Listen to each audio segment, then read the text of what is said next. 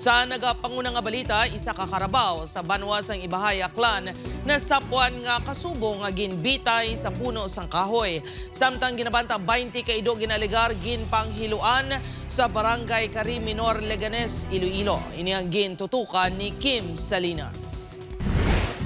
Nagalalain ang barangay Kagawad nga si Adel Secciona sang nasapuan ang yahinuptanan nga karabaw nga wala na sang kabuhi samtang kasubong nga ginbitay sa puno sang kahoy malapit sa ilang uma sa barangay Antipolo, Ibahay, Aklan. Pahayag sang tagiya sang karabaw, ginbilin niya ini nga nakahigot sa kahoy sang Desyembre 6. Sunod nga adlaw temprano pa ini nagpadulong sa ilang uma. Apang natingala ini sa nakita nga wala na sa lugar sa rin ginhigot ang hinuptanan nga karabaw. Nang luya ko ini sa nakita nga wala na sa kabuhi ang iya karabaw. Pag nakita ko, umiyak ako eh. Parang hindi ko mapigilan.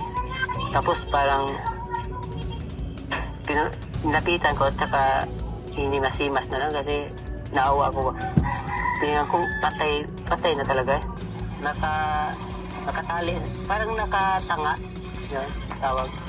Tapos dito sa leeg, nilagyan ng tali. Yung parang binigti. Apang hindi lang kuno ini labing unang ation nga may kasubo nga insidente nga natabo. Ginkumpirmar man sang barangay Kagawad nga sa among adlaw nasapuan ang isa ka karabaw sang ila chief tanod nga kasubong nga ginbitay man. Sang tinalikdan nga mga sinimana, 3 pa ka separado nga insidente sang pareho man nga pagpanghalit sang kasapatan ang natabo sa mga barangay sang Undoy, Tagbaya, kag Aquino. Kung sino naghimo sinito, ising man guro ng grupo. Kamo na gani gin-advise na mo sa pumuluyo dito sa barangay. Samtang hindi mabaton sang caretaker ang natabo sa idosiring nga si Max sa barangay Cariminor, Leganes, Iloilo sang damlaglang. Alas 12 kuno sang kaagahon sang nakabugtaw ini kag nakita na lang nga nagabura na ang baba sang ido. Buligan ko gid bala magkuway bala mga bula-bula sa baba ya. Masakit gid sir. Importante gid sir kay siya isa pa sa balay gabantay sa amon.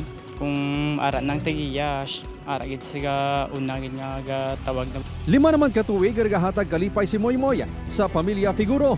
Apang sang nagligad lang nga semana, nasapuan man ini nga patay sa sulod mismo sang ilabalay. Siyempre, natural maluoy naman sa sapat mga ginalagaan ng pila ka tuig. Ang mga ido ang ginapatihan sa mga tagiya nga ginhiluan. Ginapayag 20 ka ido ang ginaligar biktima sang pagpanghilo sa barangay. Apang suno kay punong barangay Anthony Diaz, 2 lang ka residente ang nagreklamo sa iya kag wala matumod kung pila ka mga ido ang ginpanghiluan. Singko ka kanina i-transfer ko naman ang rubing sang tanod, matinto to sila. Amo na bla para nga at least mabalaan. Kung may ido sila, dapat kung gabi muso nila. Hindi na lang pagbuyan ni kurungo nila. Upod Caramel Porquia, Kim Salinas, 1 Western Visayas.